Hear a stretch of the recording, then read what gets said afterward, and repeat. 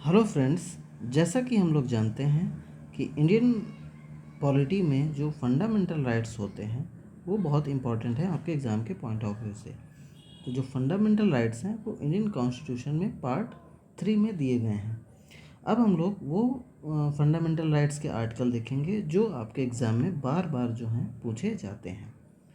तो सबसे ज़्यादा पूछे जाने वाले आर्टिकल ही देखेंगे, सब कुछ नहीं देखेंगे। आपको बार बार ये देखने को मिलते हैं वेरियस एग्जामिनेशंस में। तो आर्टिकल नंबर जो 14 है वो बात करता है इक्वलिटी बिफोर लॉ से।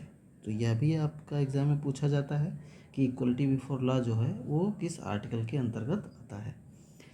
इसके अलावा अगर एबॉलिशन ऑफ अनटचेबिलिटी की बात करें तो आर्टिकल नंबर 17 में आता है, और एबॉलिशन ऑफ टाइटल की बात करें तो आर्टिकल नंबर 18 में आता है। तो ये दोनों आर्टिकल बहुत इंपॉर्टेंट हो जाते हैं। ये आर्टिकल जो हैं राइट टू इक्वलिटी के अंदर आते हैं।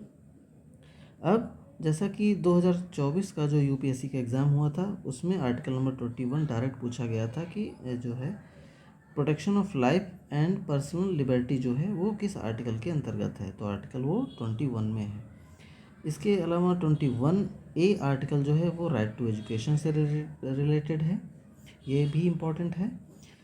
ये दोनों आर्टिकल जो आर्टिकल 23 और आर्टिकल 24 हैं ये भी बहुत इंपॉर्टेंट हो जाते हैं आपके एग्ज़ाम के पॉइंट ऑफ व्यू से, क्योंकि आर्टिकल 23 में क्या किससे रिलेटेड है, ह्यूमन ट्रैफिकिंग से रिलेटेड है, और ये प्रोहिबिट करता है ह्यूमन ट्रैफिकिंग को और फोर्स लेबर को जो है प्रोहिबिट करता है article number 23।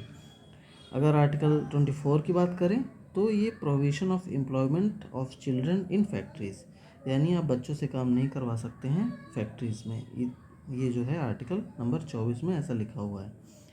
Next important article हो जाता है फंडामेंटल राइट्स का आर्टिकल नंबर 26। ये बात करता है freedom to manage religious affairs. तो ये भी इम्पोर्टेंट आर्टिकल है।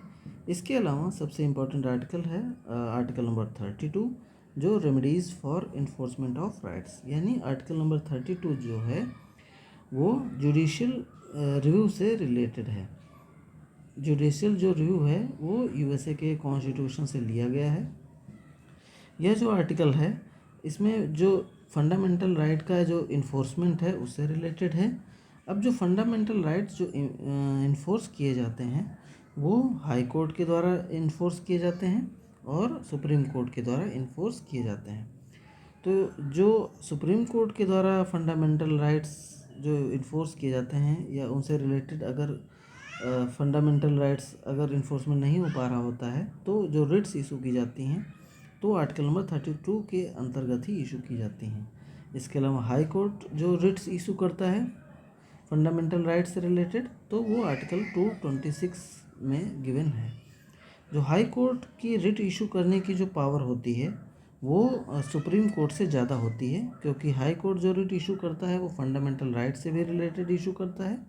इसके अलावा अगर कुछ लीगल राइट्स होते हैं तो उस पर भी रिट्स इशू कर सकता है हाई कोर्ट। तो कह सकते हैं कि हाई कोर्ट के पास ज़्यादा पावर है सुप्रीम कोर्ट से, अगर रिस्पेक्ट में बात करें फंडामेंटल राइट्स से। तो ये इंपॉर्टेंट आर्टिकल थे। यहाँ से क्वेश्चन बार बार एग्जाम में पूछे पहले भी गए हैं और आगे भी पूछे जाएंगे। होप सो आप लोगों को सेशन अच्छा लगा हो। सेशन अच्छा लगा हो तो वीडियो को लाइक और चैनल को सब्सक्राइब जरूर करें। Thank you.